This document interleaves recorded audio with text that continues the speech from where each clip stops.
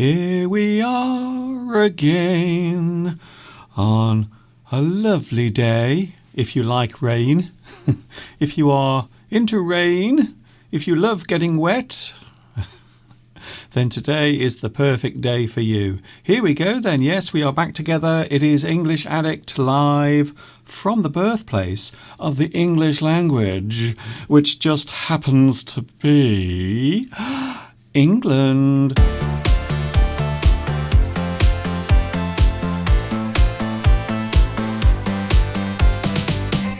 Dibby-dibby-doo.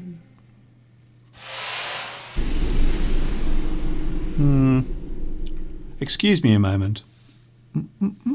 I'm just taking care of my skin. I'm putting some product onto my skin. So please excuse me for a moment. I have to take care of my skin nowadays. I have to have my beauty products to keep myself looking wonderful and young forever and ever.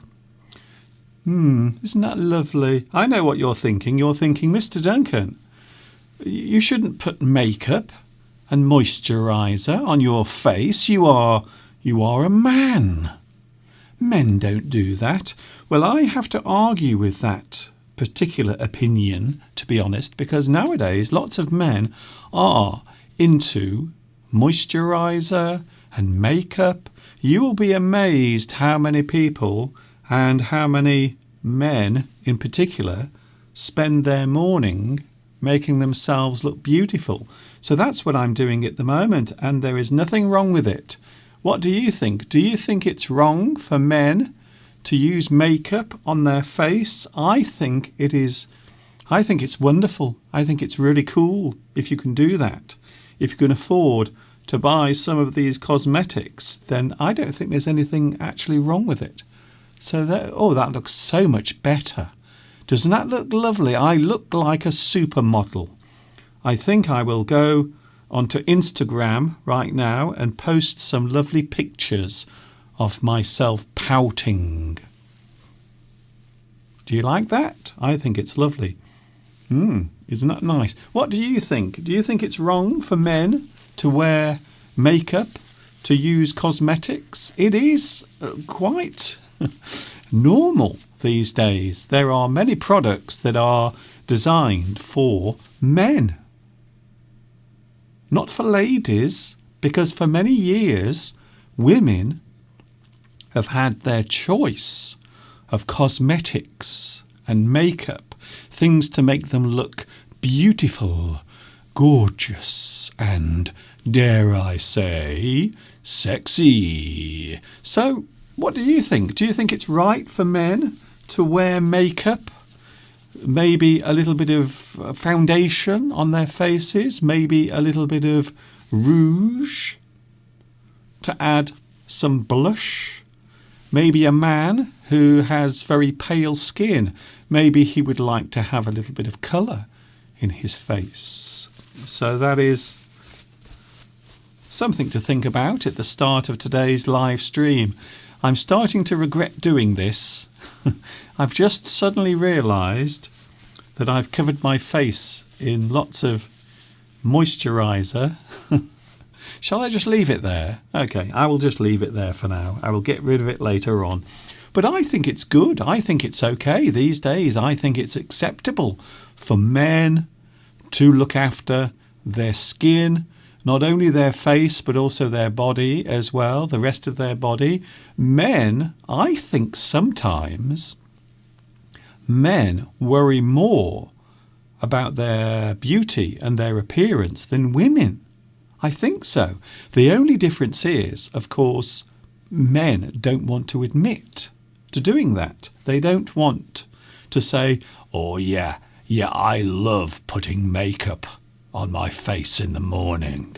It makes me feel more confident as a man. You never hear men say that. However, there are lots of products advertised on television for men, beauty products. So maybe something to keep your skin soft and youthful. Ooh. What do you think? Do you think it's a good thing or a bad thing? I'm going to remove this from my face. I will try to anyway. Oh, that's better.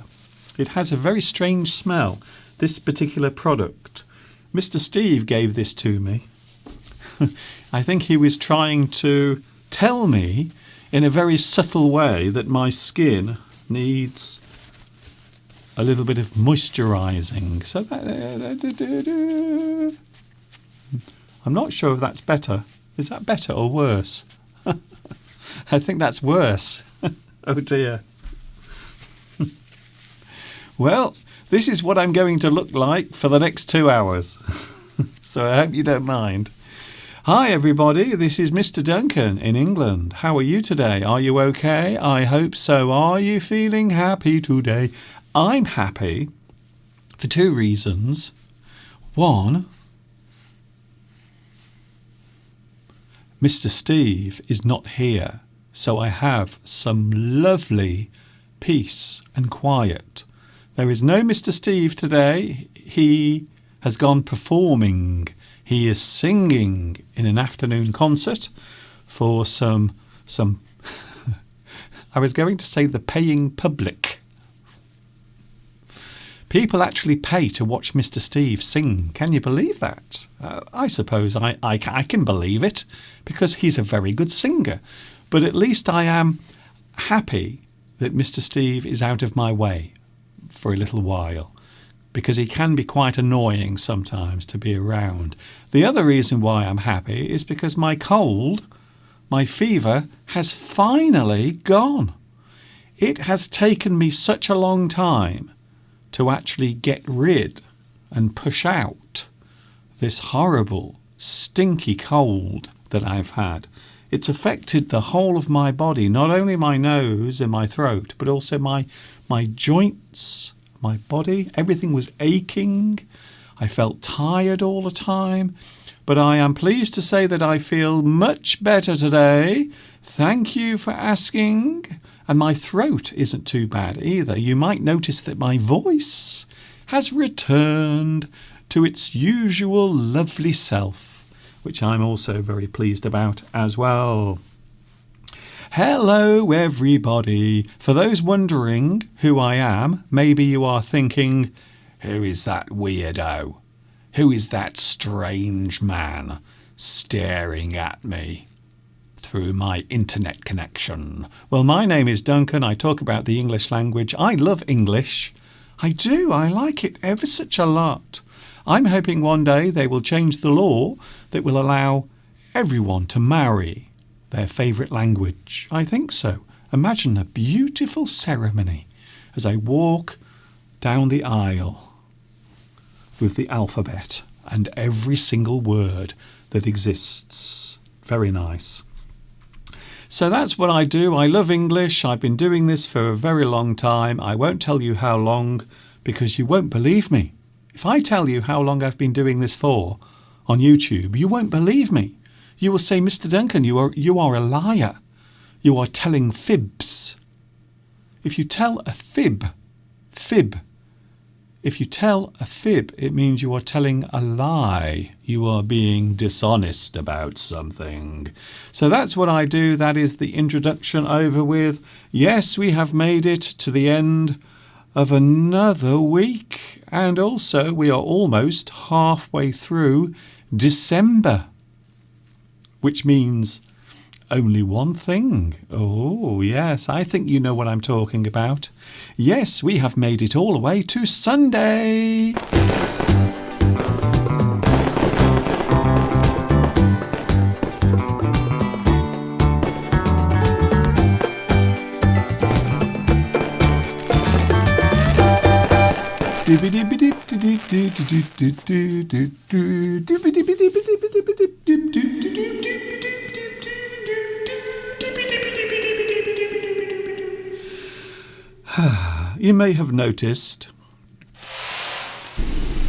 You may have noticed that I'm in a good mood today. I'm feeling rather chirpy, like a little bird that has just caught the biggest worm in the garden. That's how chirpy I feel today, and I hope you do as well. Nice to see you back. I hope you are also enjoying my new lessons. I am remaking some of my old lessons. I'm also going to produce some new lessons about some different subjects as well. So all of that happening this month and also into 2022 as well, because the new year is only a couple of weeks away. 2 weeks from now, we will be looking forward to another year of fun and excitement. Are you excited about the new year? I bet you can't wait, because I can't wait. I am so excited. So what about men? Should men wear makeup on their faces? Should they? Well, I think it's all right. Angela, hello Angela. Angela says for men it is also good for the skin. Yes, of course. Men have to take care of their skin as much as women. So all ages, all genders, whatever it is, yes, I think so. Marwa says, Mr. Duncan, your face has pigmentation. I do have a little bit of colour in my face. The one thing about my skin, if I go into the sun, I will go brown very easily because of my ancestors. You see, they were more over towards the I would say the East, Europe, that way. So people would have more pigment in their skin. So if I stay out in the sun, even for just a short time, my skin will go darker and I will get lots of little freckles on my face. But as a child, I always had trouble and difficulty looking after my skin. My skin would often have problems. I used to get all sorts of problems with my skin, especially on my hands and also on my face sometimes. I would get terrible rash, a terrible rash. So when we talk about rash, we are talking about something that appears on your skin, and quite often it will make your skin painful and itchy and red, and it's awful. So I used to suffer from terrible skin conditions when I was younger. But fortunately, as I grew up, my skin became more under control. However, I do sometimes still have problems with my skin. Sometimes it is a little bit dry. Sometimes I get some flaky skin around my ears and other parts, which I won't mention.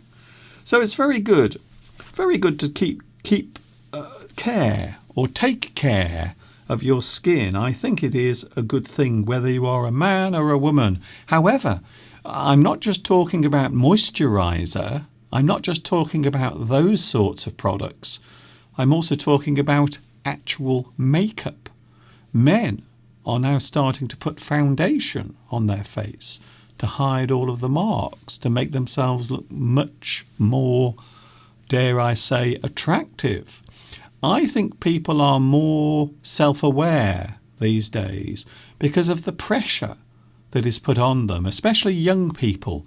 I really do feel sorry for anyone who is in their teenage years, because there must be a lot of pressure these days to look attractive because of social media. So I would say that there is probably more pressure on young people nowadays to look attractive, and that goes for all of the genders, whether male, female, and all the things in between. I think there is more pressure than there used to be. Hello to the live chat. Oh, I wonder who was first on today's live chat. Shall we have a look, shall we? Shall we? Shall we? Okay. Why not?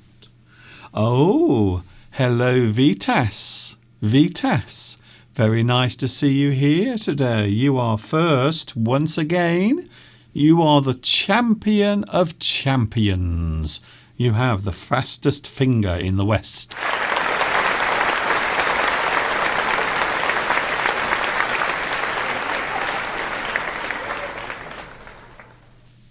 Who remembers the Macarena? Do you remember the Macarena? It was a dance. The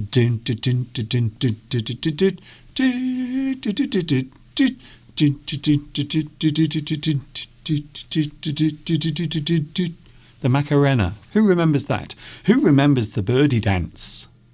Who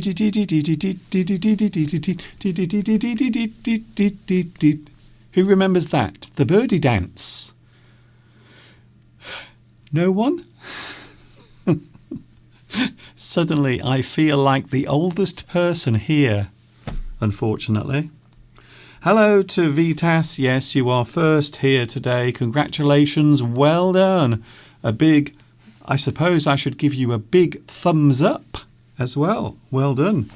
We also have Tomek, Mega, Monicia. We also have Luis Mendez is here today. Ricardo, Pushkar, Sandra Gonzalez. Hello to you as well. Monisa Zazika. Rosa is here. Can we have a little bit of happiness today? Now, I know last week on the live chat, things were getting a little bit heated. So today, can we all be lovely and friendly and kind and peaceful to each other? Because we are approaching the season of goodwill. And we all know what that means. That means that Christmas is just around the corner.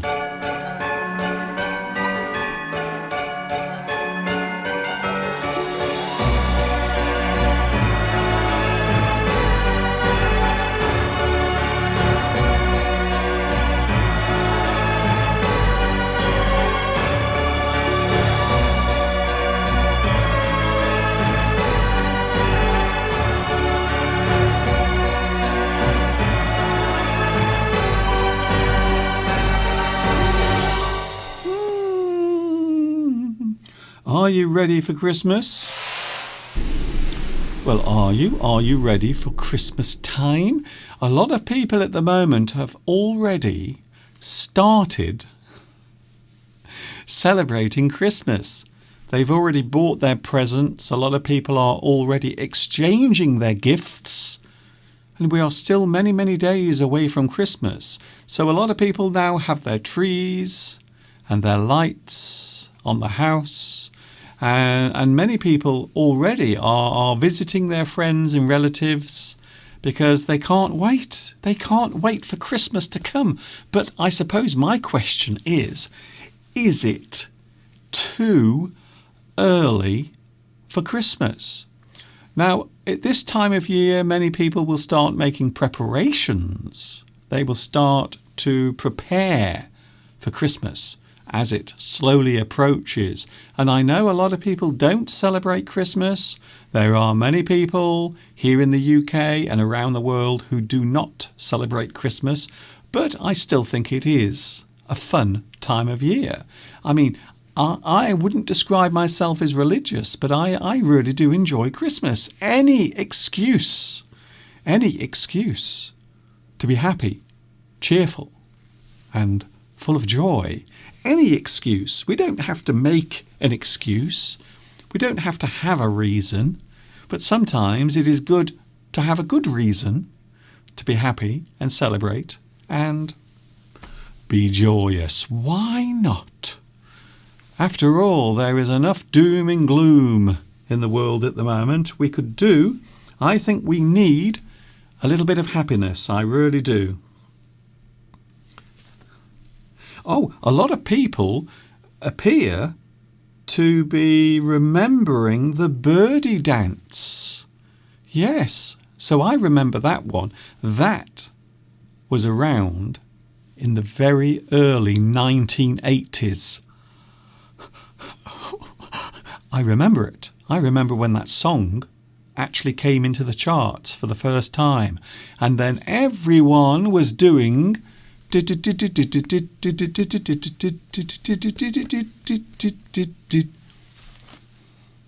birdie dance.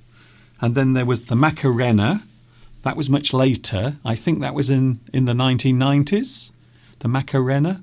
Oh, Macarena. Oh. Okay. Do we have any dances nowadays that people do? I don't think there are. We should have a new dance. There should be a new dance that everyone does. Maybe in 2022 we can come up with a new dance that everyone can join in with. Vitas says, what about the ducklings dance? Was that what it was called? Now, I think around the world that particular dance had lots of different names. So we called it the birdie dance here in the UK. In fact, I think the song originally was European. I think maybe it was from, I want to say, Norway. I don't know why. But I think the birdie song originated in Europe. And then slowly, because lots of people enjoyed listening to the music and dancing, I think the whole thing spread around the world. But yes, it was way back in the early 1980s that people were doing the birdie dance. Such a long time ago, I know. Hello to Flower. Hello, Flower Espoir. Nice to see you today. Hello, Monicia. Hello, Claudia. Claudia says, I have already put up my Christmas tree in my office and also another one in my father's house. A lot of people are getting excited, especially this year, because if you remember, many people last year were unable to see their friends and relatives because of, you know what. You know what I'm talking about. I know what I'm talking about. We all know what I'm talking about. But this year there are a lot of people now who are trying to see their friends and relatives earlier, before Christmas. So there are some people who are actually celebrating Christmas a little bit earlier than usual, just in case, because they are not sure about what is going to happen, you see. Because the rules keep changing here in the UK and here in England. The rules keep changing. So I think a lot of people are preparing to celebrate Christmas a little bit earlier than usual. Oh, hello, Tomek. Oh, Tomek says that I look dishy. Thank you. I needed that lift today. And I'm not talking about a facelift. I'm talking about my spirits. You see, the feeling. So when someone says something nice to you, oh, you look nice today. Oh, I like your new dress. Oh, is that a new hairdo? It's very nice. Sometimes it's nice to receive a compliment because it lifts you up. It makes you feel better about yourself. I think so. So thank you for that. It would appear that lots of people think that men can wear makeup, cosmetics, maybe a little bit of face moisturiser to make your face soft and smooth like a baby's bottom. Not that I've touched many babies' bottoms. I will be honest with you, I normally stay very far away from the bottom part of a baby because it does tend to produce lots of things that are quite unpleasant, to say the least. Oh, Mr. Duncan, if I'm not mistaken, the birdie dance was started in Spain. I think you might be right.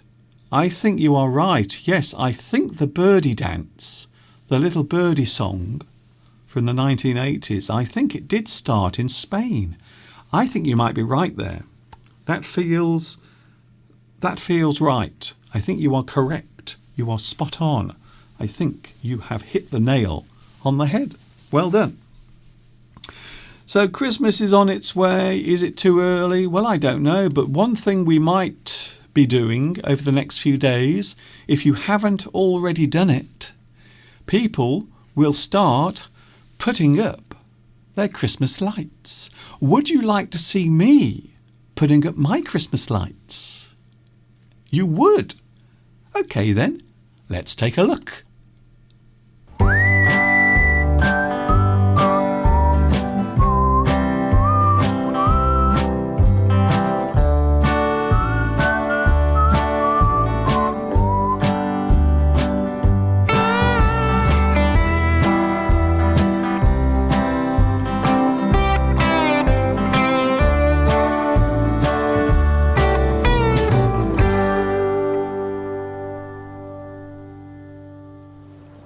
This month is proving to be a busy one for me. I have been doing all sorts of things. Today I'm on the roof of my house fixing some festive lights to the railings above my garage. Have you noticed how important lights are during festivals and celebrations? Even the word light can have a significant meaning. We can see the light. This means that we have had a revelation. If a person suddenly changes their mind about something, or they have a great idea, we can say that they have seen the light. Something that was unclear before can now be seen vividly and can be understood well. That person has seen the light.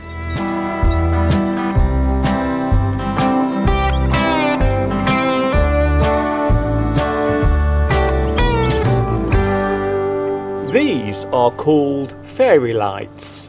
They are tiny lights that glow and twinkle. Fairy lights are often hung on Christmas trees. They create a magical atmosphere with their gentle glow. Some fairy lights flash or blink.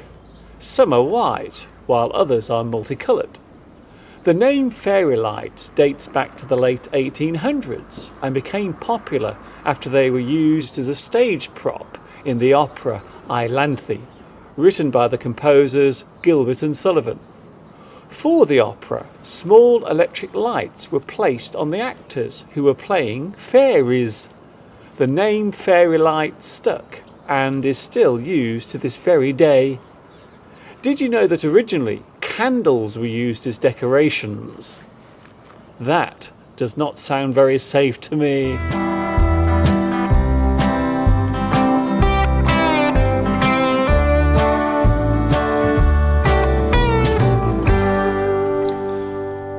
I have to be honest, I am a little bit late putting up my Christmas lights this year due to being very busy with my English lessons and also because of my stinking, horrible cold.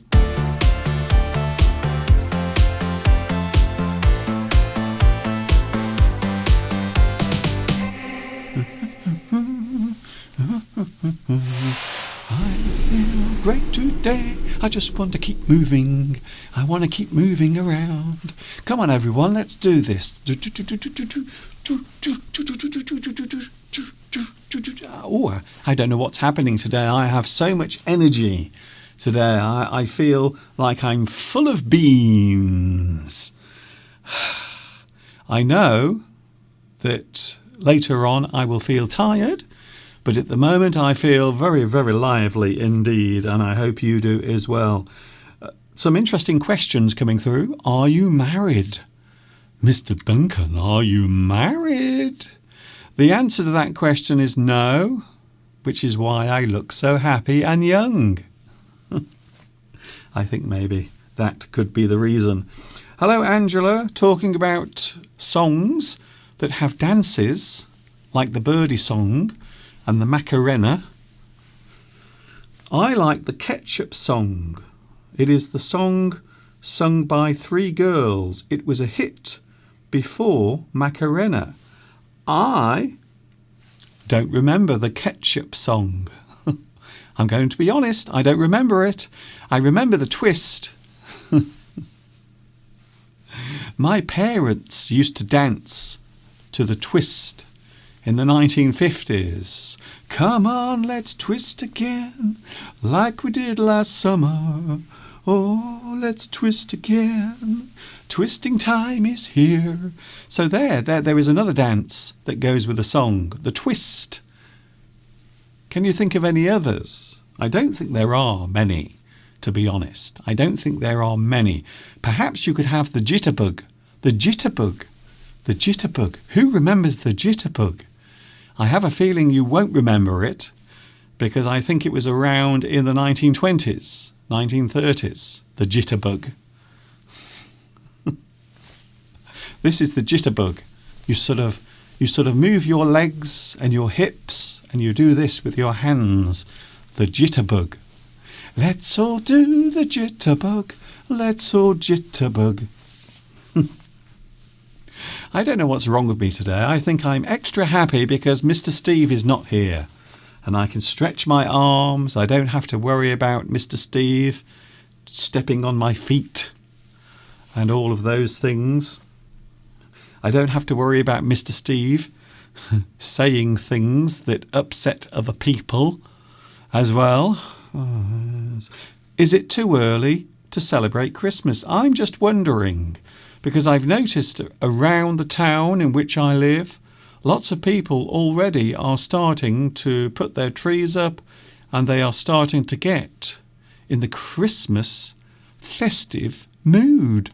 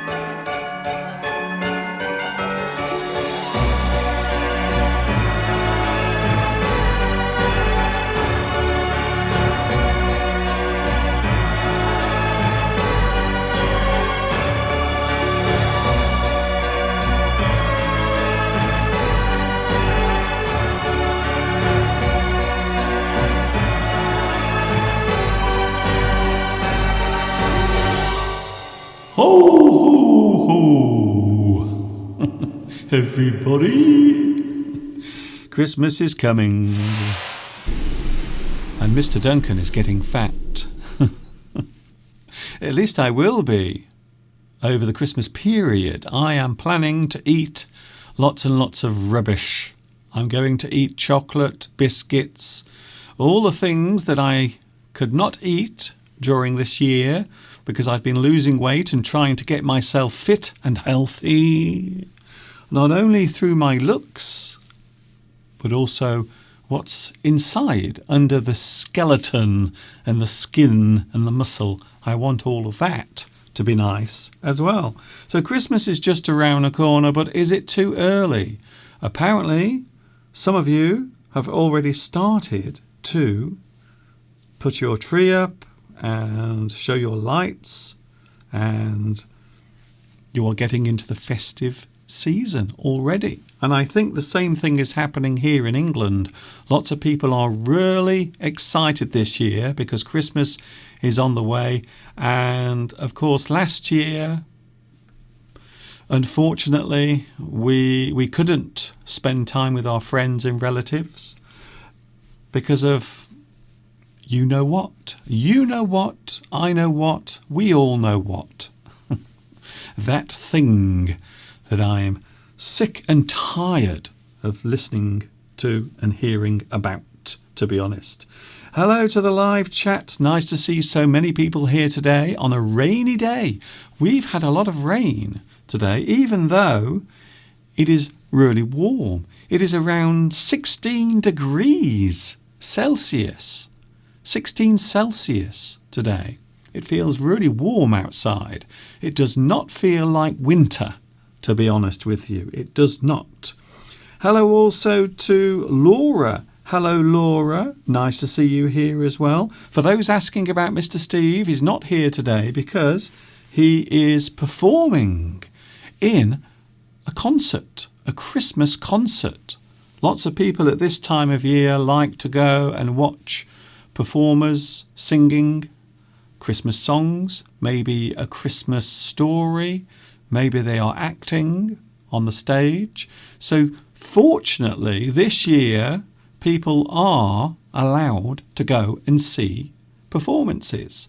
So that's what Mr. Steve is doing at this very moment. Right now, Mr. Steve is standing on a stage in Wolverhampton performing to lots of happy people.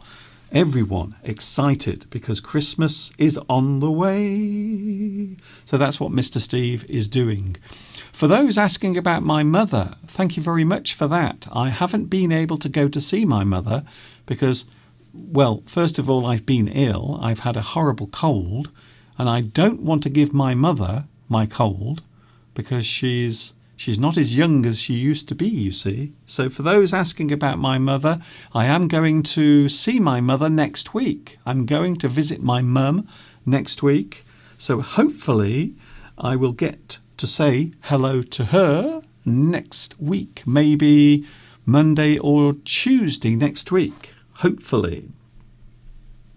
Hello to Lilia. Hello, Lilia. It seems like a very long time since you were here last. Hello to you as well. Nice to see you back also.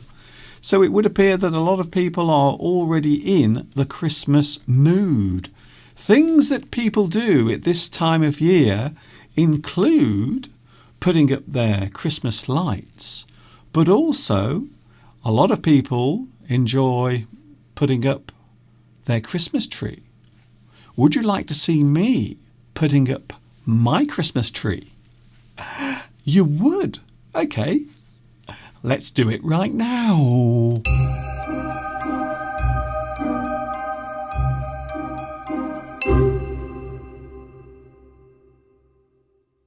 This is Peter Chaffinch, and this is Lady Wollington, both of them sitting comfortably in the corner of my living room. But I'm afraid you're going to have to move out because something is going to be placed there. I'm ever so sorry. Today I am going to put my Christmas tree up. My Christmas tree does not come complete. The Christmas tree comes in 3 sections.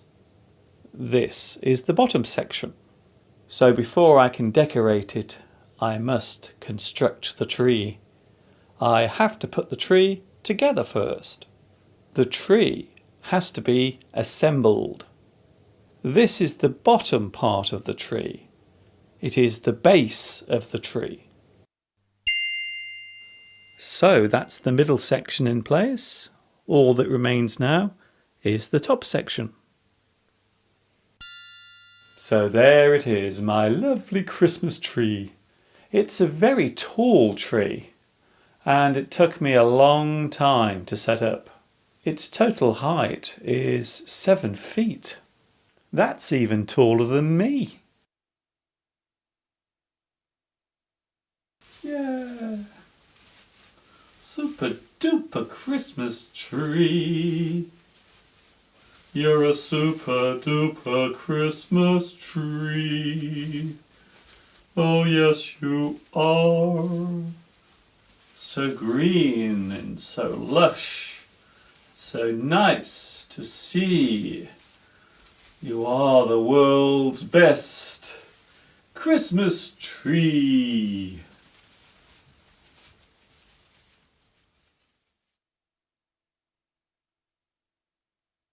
This particular Christmas tree is very realistic. It is very true to life. From far away, it looks like a real tree.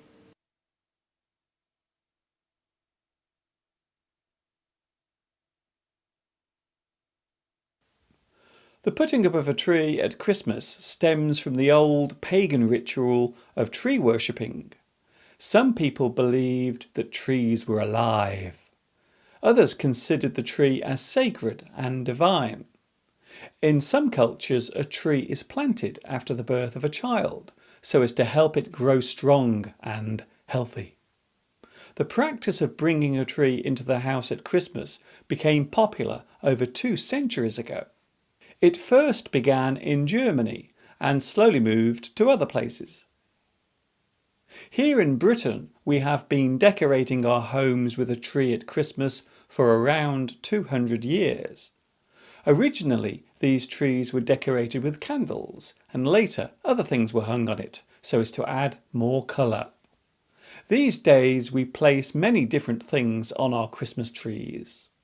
We can take a look at some of these things now, if you like. When decorating a Christmas tree, you normally begin with the lights, as they are the most awkward things to arrange. I have gone for multicoloured lights. Putting Christmas tree lights up can be a little laborious. You need to slowly move around the tree, and while doing so, you position the lights on the tree. Some people start from the bottom, while others prefer to do it from the top. I normally begin at the bottom, so I know exactly where the wire for the lights will trail from to the wall socket.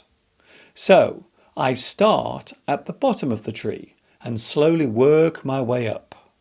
This action is called hanging or stringing. You are hanging the lights on the tree. You are stringing the lights up. These particular lights are low energy ones. In fact, almost all of the lights I'm using inside and outside use very little electricity. This shiny material is called tinsel. It is very eye-catching. It really gets your attention. Tinsel adds that all-important sparkle to the tree. It complements the lights by shimmering and sparkling. Tinsel is a very important part of the tree decor. You can also put tinsel in other places too. I always like to put some around my TV. Quite often the tinsel around the edge is more interesting than what is happening on the screen. If someone asks me what I watched on TV last night, I reply, "My lovely tinsel."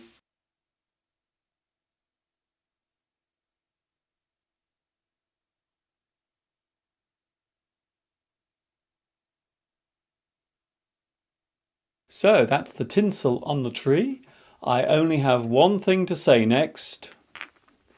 Balls. Yes, balls. You cannot decorate your tree without some nice shiny balls.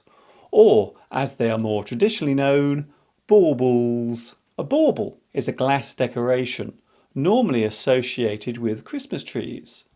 These days most baubles are made of plastic, so they do not break as easily as the old-fashioned glass ones. I have quite a selection of Christmas baubles here.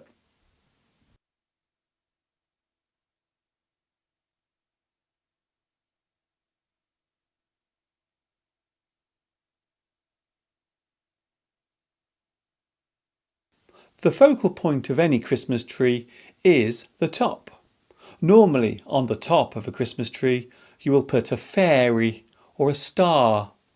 I have decided to go for a nice golden star. The star can, of course, be used as a religious symbol. It is a powerful emblem. I see the star as a symbol of hope and longevity. Stars always look so bright and cheerful. A clear starry night really is a wonderful sight.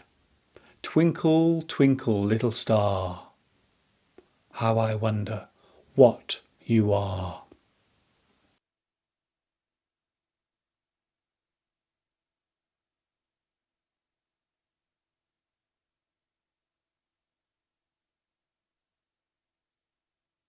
Some people might say that underneath the Christmas tree is the most important place, because that is where the presents and gifts can be found after Santa has been on Christmas Eve. Who is Santa? He is, of course, Father Christmas, or Santa Claus, to give him his full name. There are other things that you can put on your Christmas tree to brighten it up. These are imitation holly leaves with real pine cones dusted with paint to look like snow. They add a lovely winter look to the tree. This little robin has found a nice comfortable spot to perch on. So, that is my tree all decorated and the lights are ready to be switched on.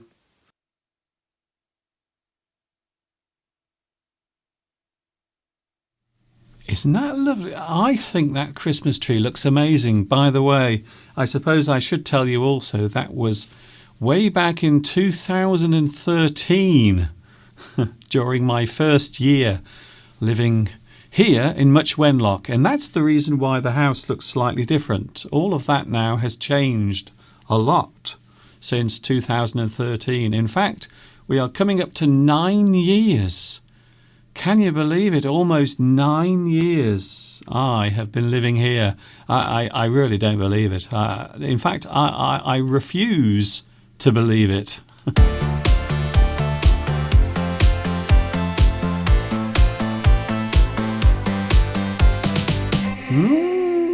We are busy today. It is a busy day here in my studio, coming to you live now from England, the birthplace of the English language. This is where it all started. The English language was started right here in England. Oh, very interesting. In a few moments, we are looking at some idioms, phrases connected to the human body. The human body is the most amazing thing. I don't know about you, but I love my body. I like the fact that most of it, not all of it, I like the fact that most of my body works. Some parts don't work as well as they used to. But at least they still work. They haven't fallen off. Yet. What?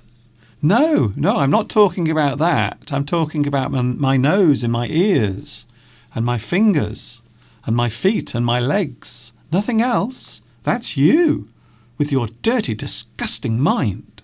How dare you? Pushkar has sent a very nice message about Christmas time. Hi, Mr. Duncan. In my childhood, I wore Santa Claus costume.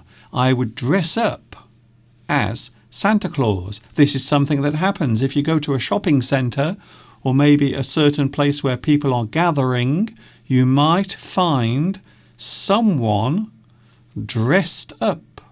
They are wearing the Father Christmas costume.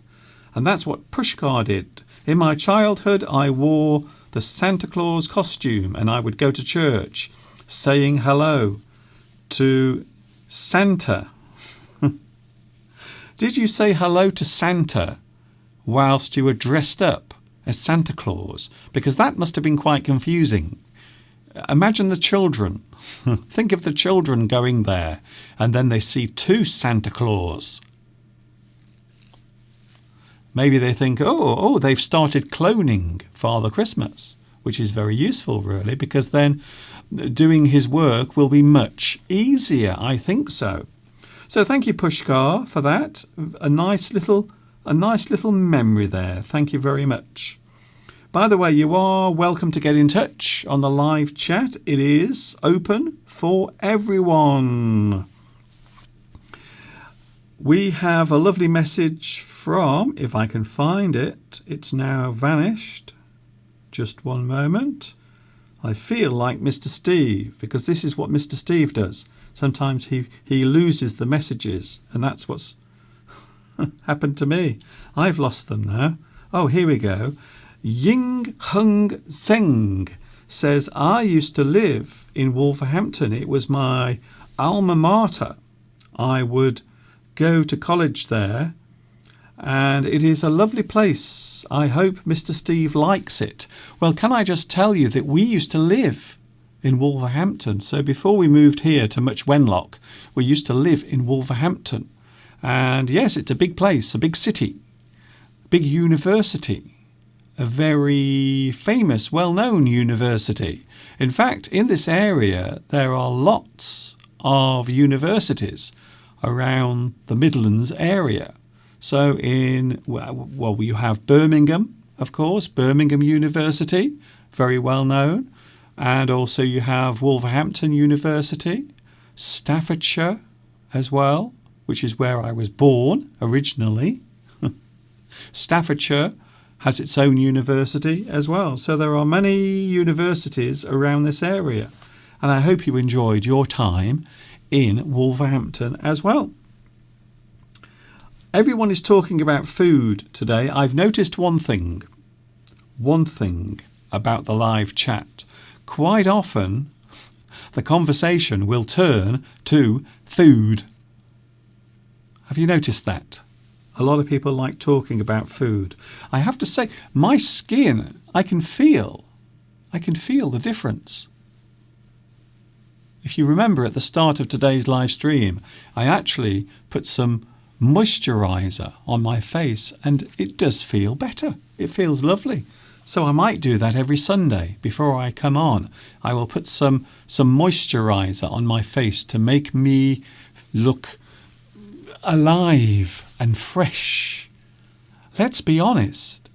Quite often on Sundays are not the best day of the week to be lively and fresh. Most people prefer to do the opposite. They would rather sit and do nothing or stay in bed. So I have to look fresh and lively just for you. Don't forget, on Tuesday there will be a new English lesson video. There will be one on Tuesday, definitely. Hello, Marcia. Marcy is going now because I am having lunch with my mother. Thank you very much, Mr. Duncan. Thank you, Marcia. That's kind of you. Thank you also for your lovely little photograph that you have in your icon.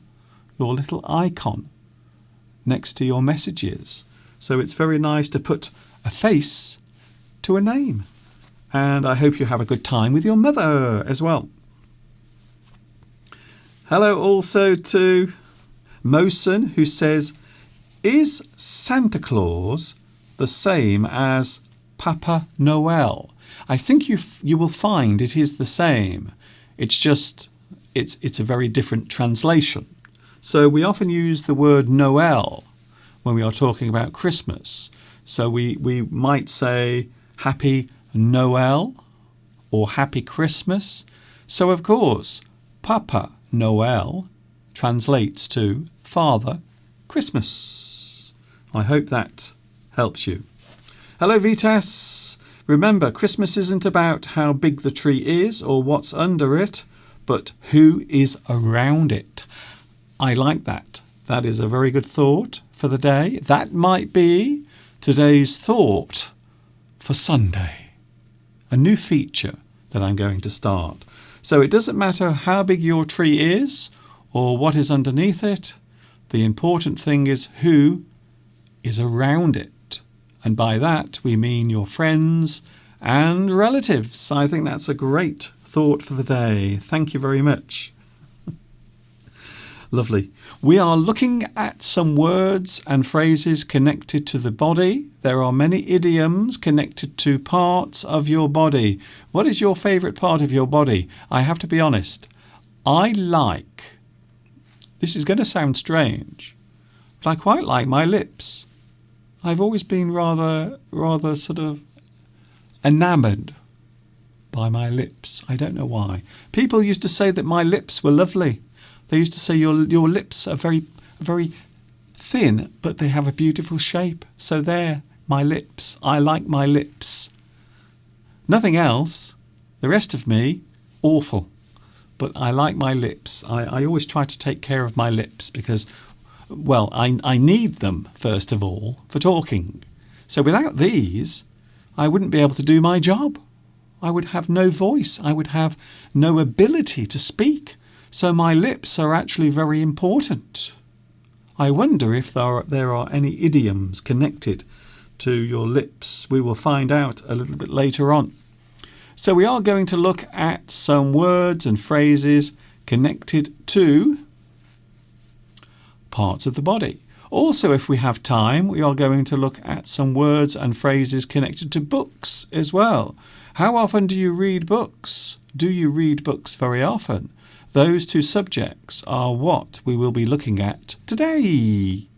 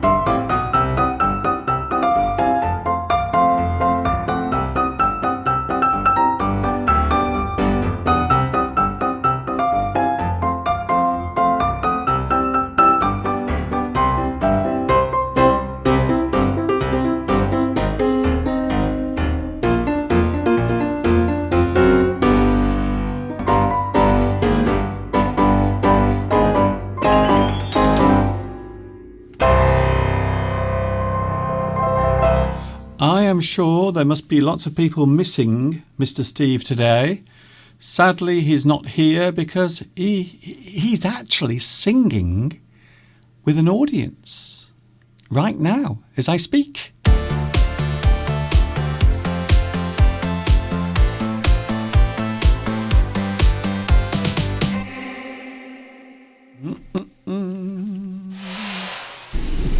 A good question has just come through. Mr. Duncan, are you ready for Christmas? I can safely say 100% no. Definitely not. And nor is Steve. We are both not ready for Christmas. A very busy time of year. I've been busy with my work, of course. I've been making lots of new video lessons, which I'm producing and then putting on every Tuesday, and also doing this as well. Not only that, but also I've been fighting a horrible bug as well. So it has been a busy couple of weeks, really, when you think about it. And yes, Christmas is on the way. We still have a few more days. By the way, I suppose I should also say that we will be with you on the day after Christmas. Boxing Day this year is on Sunday, the 26th of December. And yes, we will be with you live on the day after Christmas. Not Christmas Day, because we will be busy, but the day after Christmas, we will be with you live on YouTube. And yes, Mr. Steve will be back hopefully next week. I hope Mr. Steve will be back with us next week. Body idioms. The human body is a very interesting thing. I think it is anyway. I think the human body is pretty amazing, to be honest with you. So I thought it would be interesting to take a look at some body idioms. Oh, body idioms, expressions, and also phrases as well. And there you can see body idioms, expressions, and phrases that are used for parts of the human body. They relate to body parts. Look at all the pretty pigeons flying by. Can you see hundreds of pigeons flying by behind me? Isn't that amazing? Did you see that? All of the pigeons at this time of year are sticking together, and that's the reason why you will see lots of flocks of pigeons at this time of year. So we are looking at body idioms. Here we go. I will move that over slightly so we can see my beautiful face. What? That's better. That's better. We can see now. You can see me and I can see you. There are many idioms, expressions and phrases that are used in English that we can use to express certain feelings or maybe certain emotions, maybe certain things, positive things, and also sometimes negative things as well. Here's an interesting part of the body. I like this part of the body. There it is, your elbow. You might give someone the elbow. To give someone the elbow means to push away or exclude a person from a group. You refuse to communicate with someone anymore. You give them the elbow. You give them the elbow. So quite often in English we will say that someone is given the elbow when we want to push them away or exclude them. Maybe your friend has done something bad. Maybe they have said something that has upset you. Maybe a person that you don't want to know anymore. You will give them the elbow. You will exclude them. You give them the elbow. We are looking at phrases and words connected with parts of the body.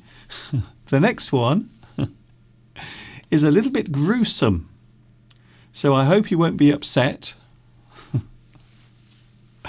A person might lose their head.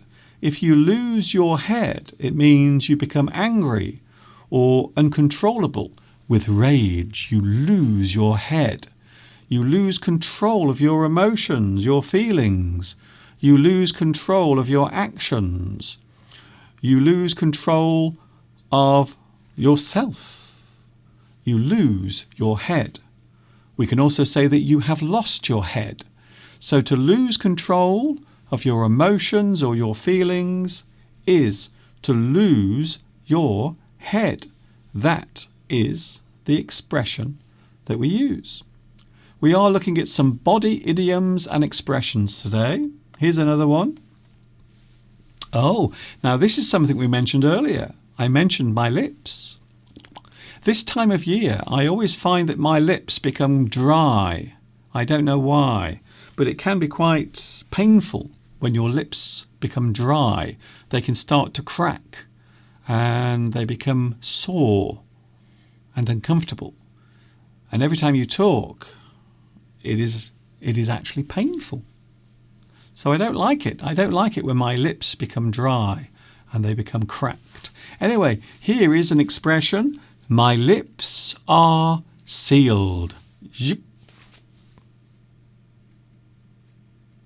My lips are sealed. This is said when you want to let a person know that you will keep something secret.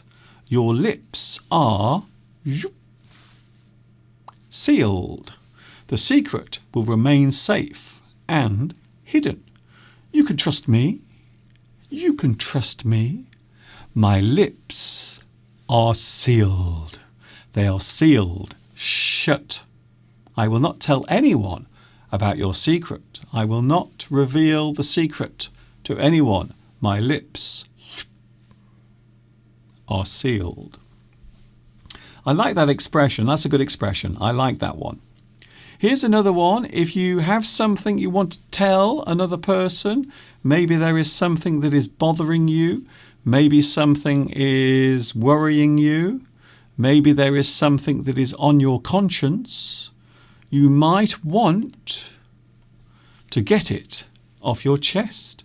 You might want to get that thing there off your chest. You get it off your chest.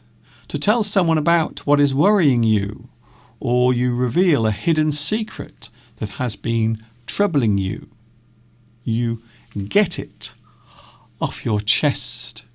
You reveal or you talk about the thing that is bothering you, the thing that is upsetting you, the thing that is making you feel unhappy. You get it off your chest. You unburden yourself. I like that word, by the way. If you unburden yourself, to unburden is to relieve yourself of something that is causing you difficulty. Maybe you are carrying something heavy. You put the heavy thing down. You unburden yourself. And of course, the same thing can be said about problems, things that are worrying you, things that are on your mind, causing concern. You might want to get something off your chest. Maybe you want to confess to a crime, maybe something bad that you've done in the past. You might want to tell someone about it. You want to get it off your chest. I need to tell you about it. I want to get it off my chest. Saturino says, in the USA, people will often say, my lips are zipped. Yes, I think so. I think that's a good one. Yes, they will often say, my lips are zipped. Zipped. They are zipped. They are closed. They are sealed up. Here's another one. Oh dear. This is how I feel sometimes. Sometimes I feel as if I have one foot in the grave. If you are feeling unwell, maybe you are feeling ill, under the weather, you might feel as if you have one foot in the grave. This particular phrase is a humorous way of describing a person who is old and not long for this world, or a person who looks unwell or under the weather. We can say that they look as if they have one foot in the grave. They look like they have one foot in the grave, just like the picture. There was a very famous and funny TV show in the UK called One Foot in the Grave, about an old man who was always complaining about things. Every day he always found something new to complain about. A very funny TV show. We are looking at body part idioms. Here's another one coming now. I hope you are ready for it. Oh, maybe you play something by ear. You play it by ear. This is a very interesting and I suppose an interesting phrase, or some sort of phrase that we use when we are describing doing something without any planning or preparation. To carry out or do something with no preparation whatsoever. You do it by ear. You do it by your own personal judgment. You play it by ear. You work out what to do as you go along. You have no strategy or plan. It means that you play it by ear. It's rather like playing a musical instrument. You are not looking at the music sheet. You are playing something by ear. You are listening as you play. So you play something by ear. But in this particular phrase, it means you are doing something as you go along. You are doing it, you are working out what to do as you go along.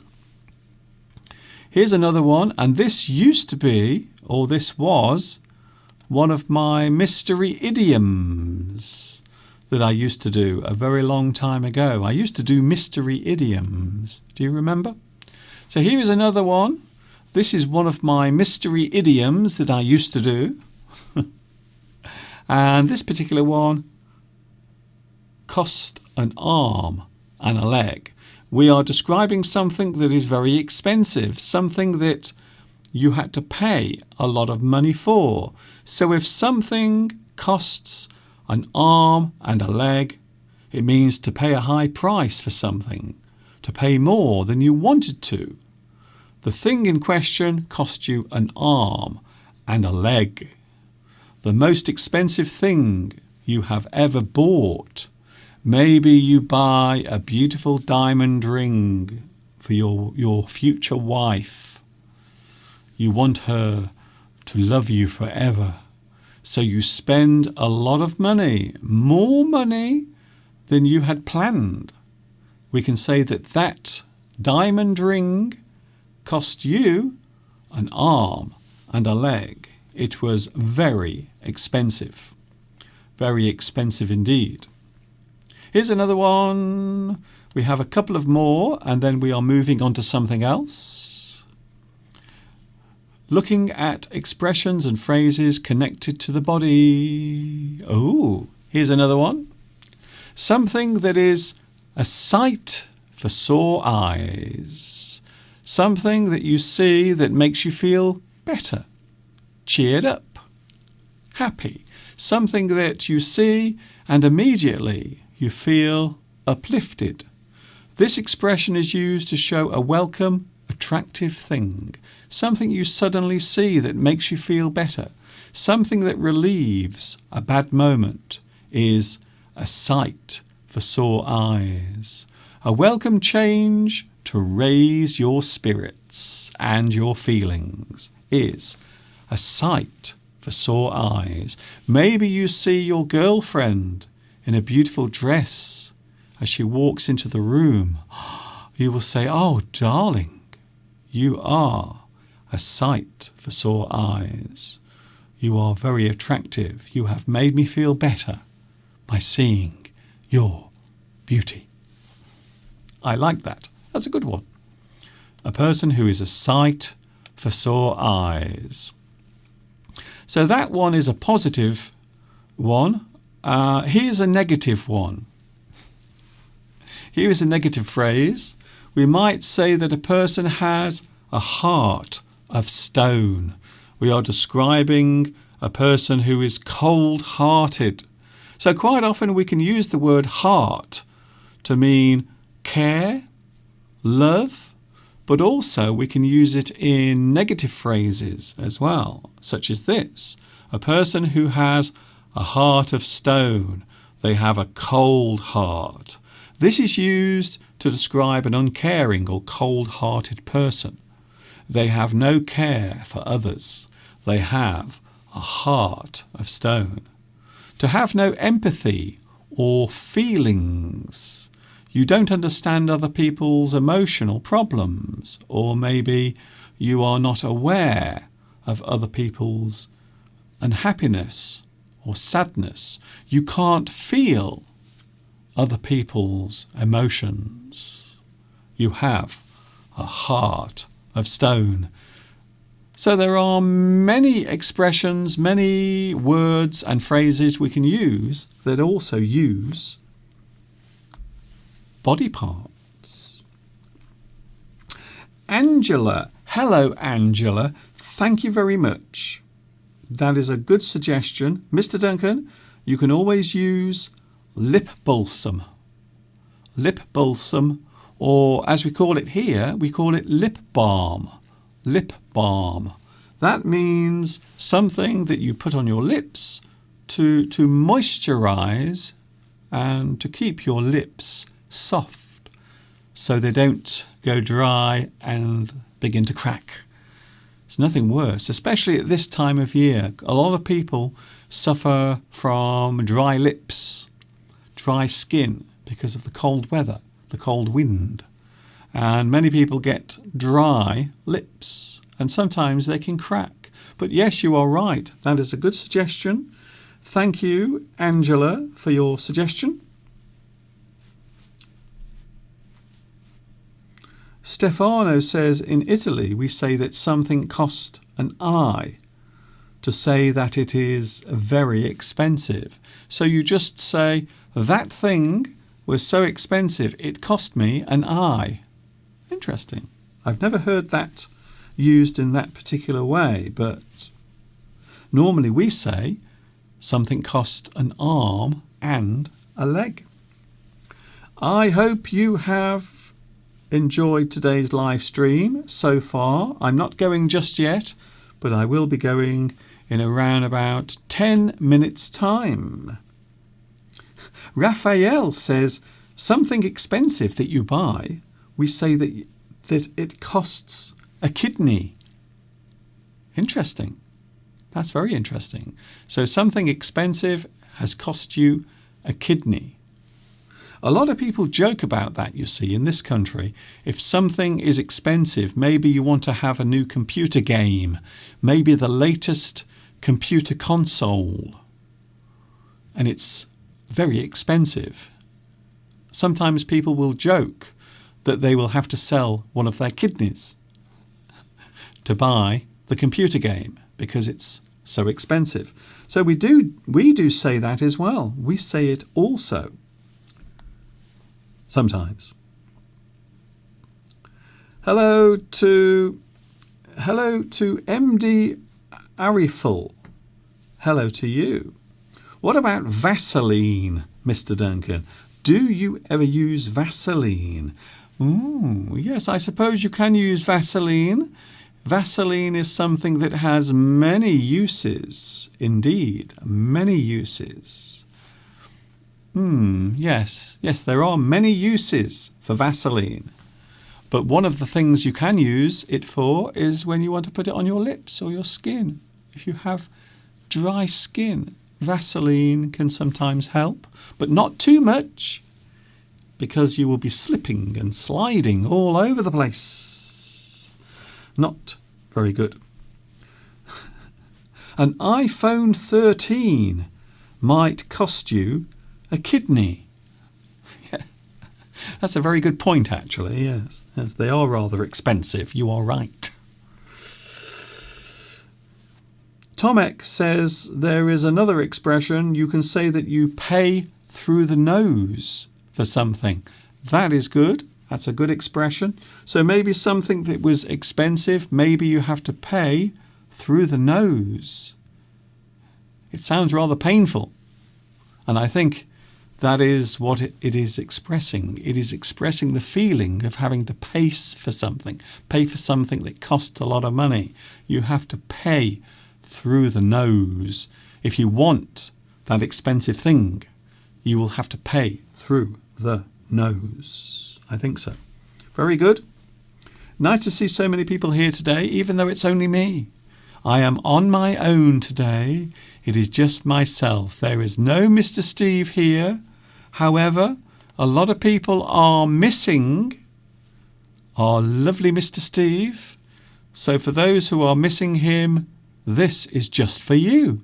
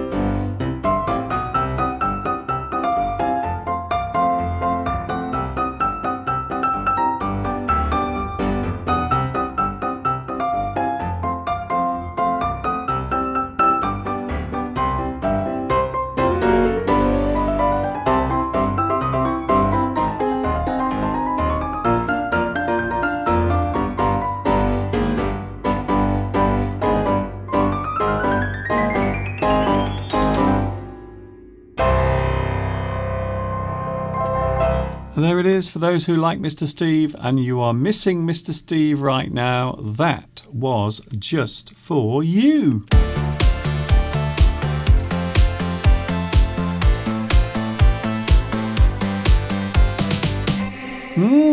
It's Sunday. For those who haven't yet realised, it is Sunday. It is the 12th of December. We are almost halfway through this month. Christmas is around the corner. We are all getting excited. Some people can't wait for Christmas to arrive. One thing I've noticed this year is many of the neighbours in the area where I live, many people have actually put Christmas lights on their house. Normally they don't bother. Many people around here don't bother putting Christmas lights on their houses. But this year, a lot of people have. Do you know who started the trend of putting Christmas lights on their house? Yes, it was. I started doing it around here and no one else bothered. So everyone around here did not bother with their Christmas lights. They didn't bother putting Christmas lights on their house. But I was the first person to do it around here. And now everyone around here is putting Christmas lights on their house. And it does look rather lovely at night, I must be honest with you. We have some interesting words coming up now. We are looking at phrases connected to books. Do you read very often? A lot of people these days would appear not to read actual books. By books, I mean actual books. Not your iPad. Nothing like that. I'm not talking about emails or things that you've read on the internet. I am talking about proper, real books. Something you open, pages that you actually turn for real. Now, I know that there are many applications that you can get for your mobile devices these days that appear as if you are turning the pages of a real book. However, there is nothing better, there is nothing that can replace the feeling of having an actual book in your hand, opening the pages, turning the pages as you read the chapters, as you slowly read the book. But I think these days there are many people who don't anymore. They don't actually read books. But I thought it would be interesting to have a look at some book phrases and expressions that use the word book or words connected to books. Here's a good one. Our first phrase, do something by the book. If you do something by the book, it means you are following the rules. You are doing things in the right way. You are following all of the rules. So the things that you are being told to do, you do things by the book. You follow all of the rules. You follow the correct laws. You do all of those things to do something by the book. Excuse me. I thought I was going to cough then, but I didn't. Here's another one. So someone who follows the rules does something by the book. Here's another one. If you book a room. So this actually is a different use of the word book. So if you book a room, if you book something, it means you reserve something. So maybe you book a room in a hotel. You reserve the room. You are calling the hotel and you book the room. You want the room to be reserved. Some people might book a holiday. You might book a flight, book a train journey. It means you are reserving your place on the plane or the train. You are reserving your place at the hotel. So when you arrive there, they will have a room for you. You book a room. So this particular word is being used as a verb. You are booking the room. A person might say, I'm sorry, Mr. Duncan, but you can't spend the weekend here at the hotel because we are booked up or fully booked. So if a person is booked up or fully booked, you have to be careful how you say that, by the way. It means they have no rooms. They have nothing available for you. You can't book a room because they are fully booked. They have no rooms to spare. You can't. I'm sorry. You can't stay at my hotel this weekend because we are fully booked. We have no spare rooms. Nothing to spare. You might throw the book at someone. If you throw the book at someone, it means you punish them, normally by using the law. You throw the book at someone. You punish someone. Quite often, a sentence might be given. If you've committed a terrible crime, you might have to go to prison. So the judge in the court will throw the book at you. He will give you a very harsh punishment, a very harsh sentence. You will have to go to prison for a long time. You throw the book at someone. A person who likes reading books is often described as a bookworm. A person who likes reading books might be described as a bookworm.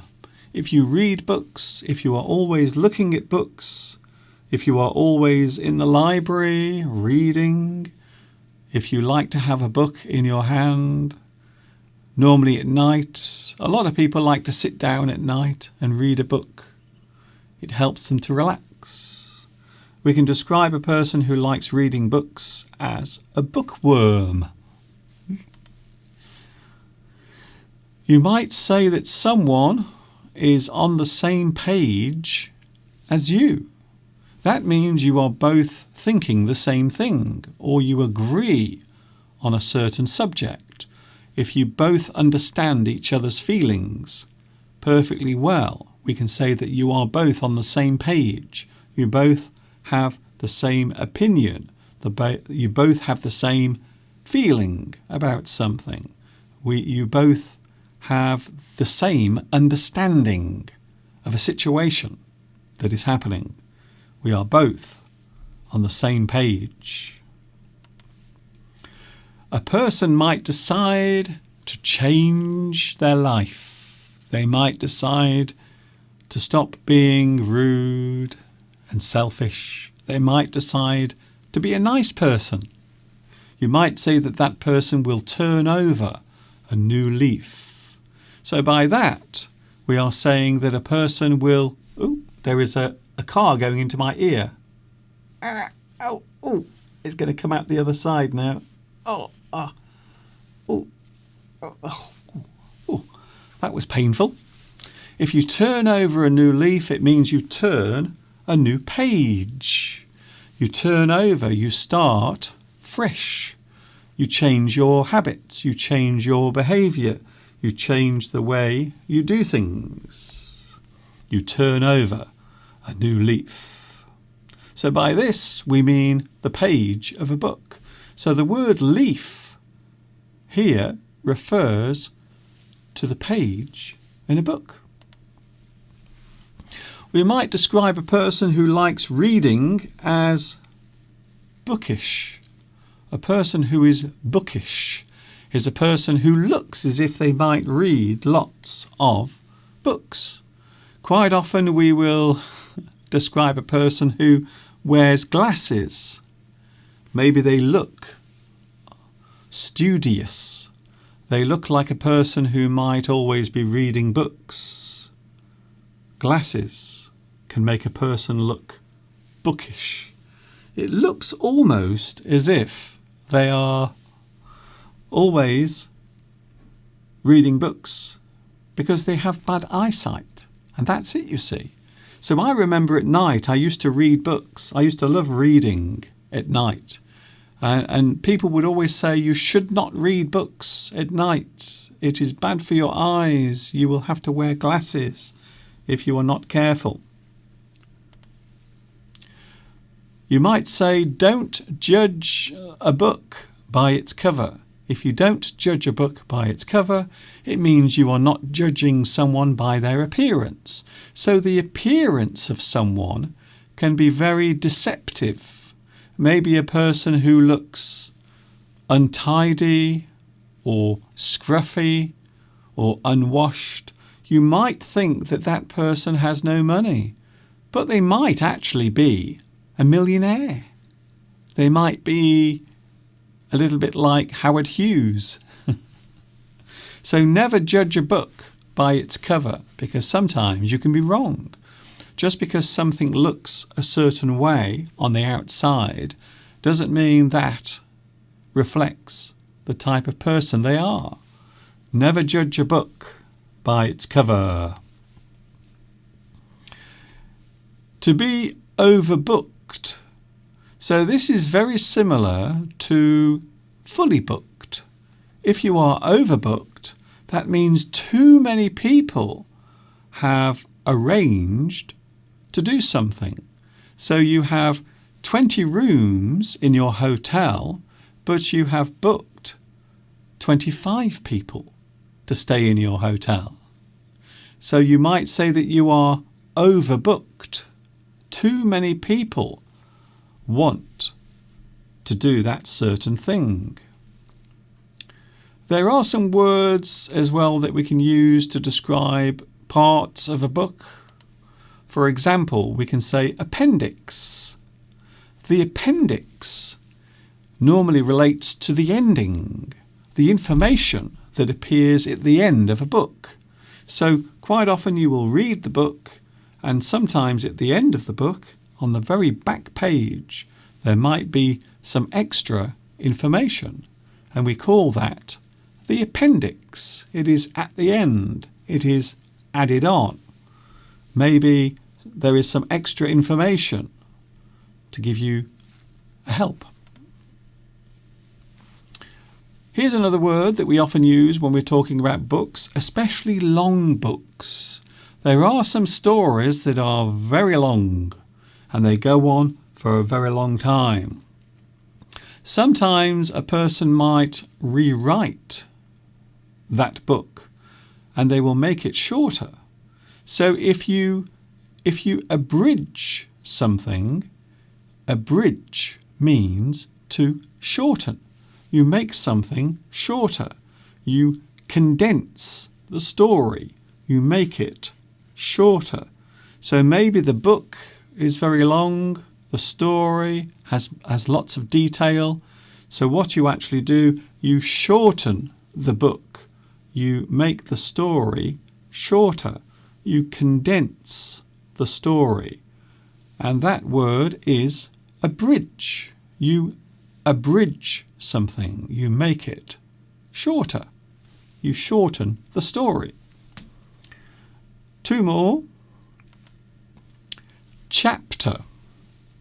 Quite often we will, when we are reading, sometimes we don't like to read for too long. So quite often a story is divided into sections, and each of the sections is called a chapter, parts of a story. So you might sit down and you might read 1 or 2 chapters of a book. So you will sit down, you will read a few pages each time you read the book. You might read a couple of chapters. So most stories have chapters. They have parts in the book. It is divided. And sometimes you can stop reading at the end of a chapter. Of course, these days as well, a lot of people talk about chapters when they are watching a movie. Parts of a movie, quite often on a DVD or a Blu-ray disc, you might have chapters, parts of the movie that you can jump to. You can find that part very easily. And finally, if you want the story that you are about to read, if you want it to be explained, you can have a preface as well, or a preface. Some people describe this as a preface. Some people say preface. So a brief explanation that happens or is put at the beginning of a story to explain something. Maybe there is something that happens in the story that you want the reader to understand. You will often give it a preface. You will put something at the start or before the story begins. And those are the words we are going to look at today, because it's almost time for me to go. You can also see behind me, yes, it's getting dark. Night time is arriving, even though it's only 3:40 in the afternoon. But yes, we do have very short days during the winter months. I don't know why, but quite a few people are fascinated by this. The fact that the light disappears at around about 3:30 in the afternoon. So yes, it's 20 minutes to 4 o'clock, and yes, that is night time arriving very early during this time of the year. So I think books nowadays, what about you? Do you read books? Do you ever read books these days? I don't think many people do. I don't think many people sit down and actually take time to read a book. My mother used to read books all the time. I would always see my mother sitting in the evening, and she would always be reading a book. Sometimes they would be crime thrillers. Sometimes they would be romantic stories. I think my mum is a bit of a romantic. I think so.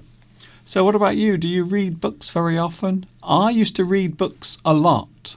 I am going to be honest that I don't read as much as I used to. I feel very bad about that.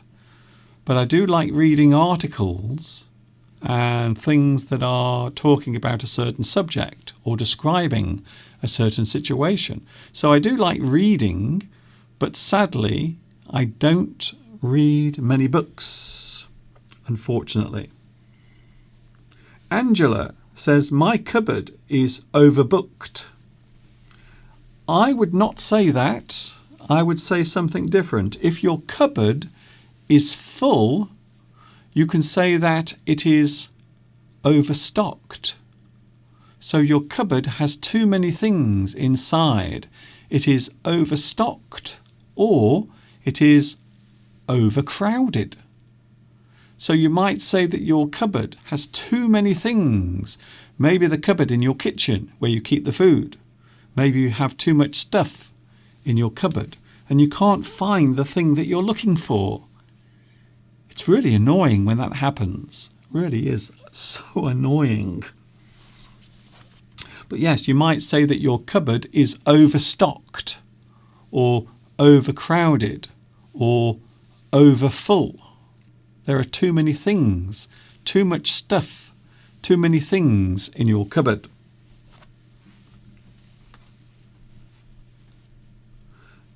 Vitas makes a very good point.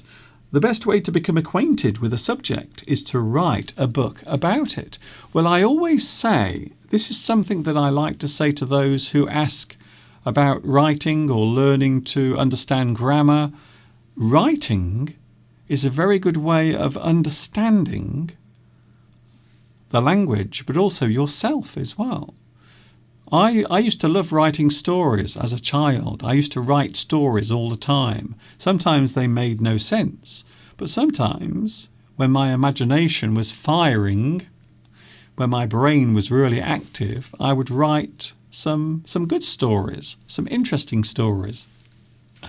My English teacher used to love reading my stories. Tom X says, if you are on the same page, it means you are aligned. Yes, I suppose you could say that two things are aligned. They are on the same page. They both agree or connect together. They both have the same opinion or feeling about something. That's good.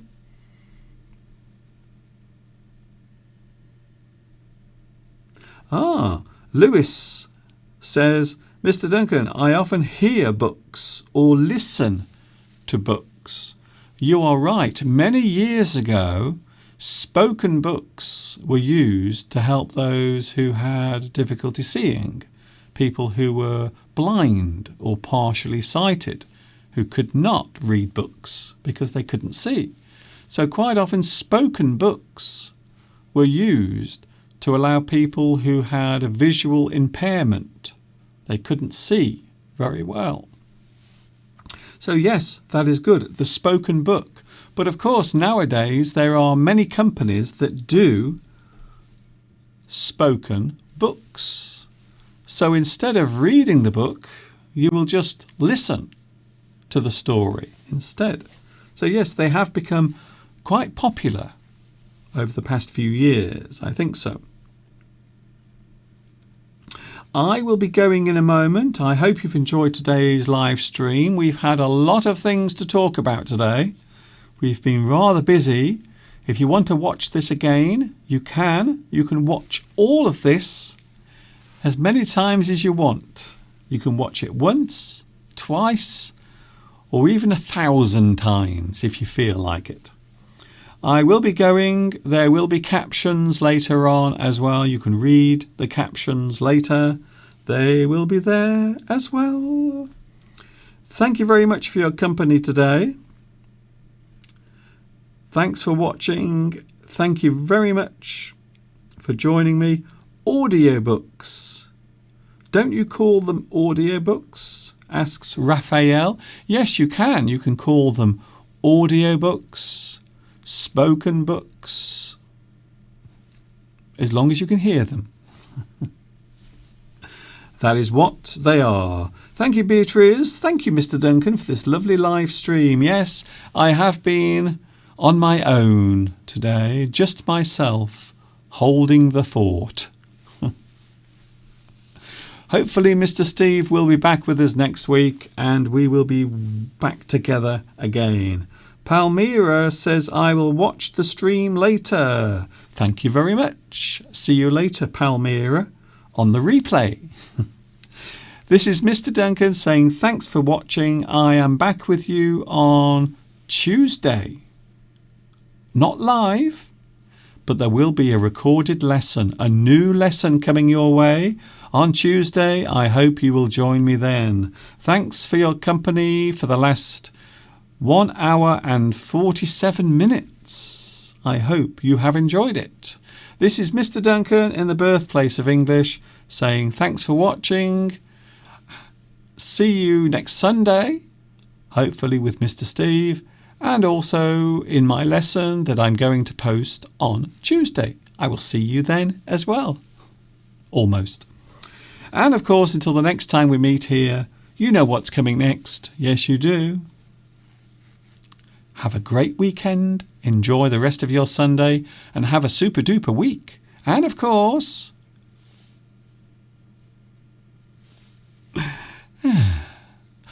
ta-ta for now.